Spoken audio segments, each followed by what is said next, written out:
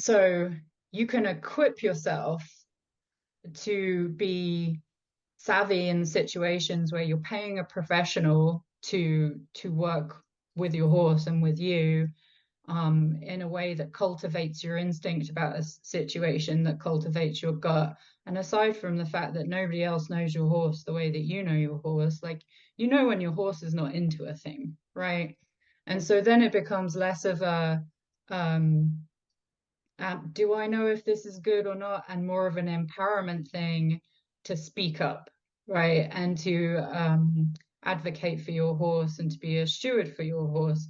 And that can be incredibly difficult. Mhm. So difficult, especially when every time you hop on social media, you're confronted with 20 online trainers who all have hundreds of thousands of followers, and they're telling you this is wrong and this is right. And if you're doing it this way, then you're abusing your horse. Like, the onslaught is never ending. It's completely brutal and it's really, really unhelpful, because the reality is that every horse is different, every human is different, every human and horse pairing, like, there are different motivations for keeping horses and owning horses and wanting to be around horses, and they're all fine, right? There's no right way of doing anything. So rather than sort of, like, I can teach someone to think critically within the context of scientific research.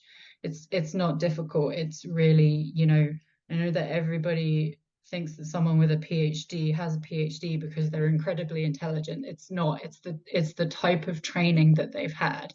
And if somebody wants me to train them to do that, that's fine. I can do that. But the empowerment piece Mhm. is a little bit harder to find. And I think that the more tools you have in your toolbox, is the same with training horses, it's the same with husbandry.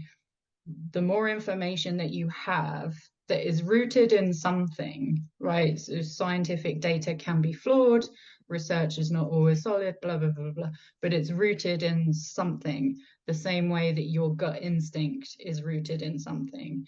And I don't think there's any downside to being able to discern what kind of information is useful to you and recognize whether or not your inner representation of that information is authentic and genuine.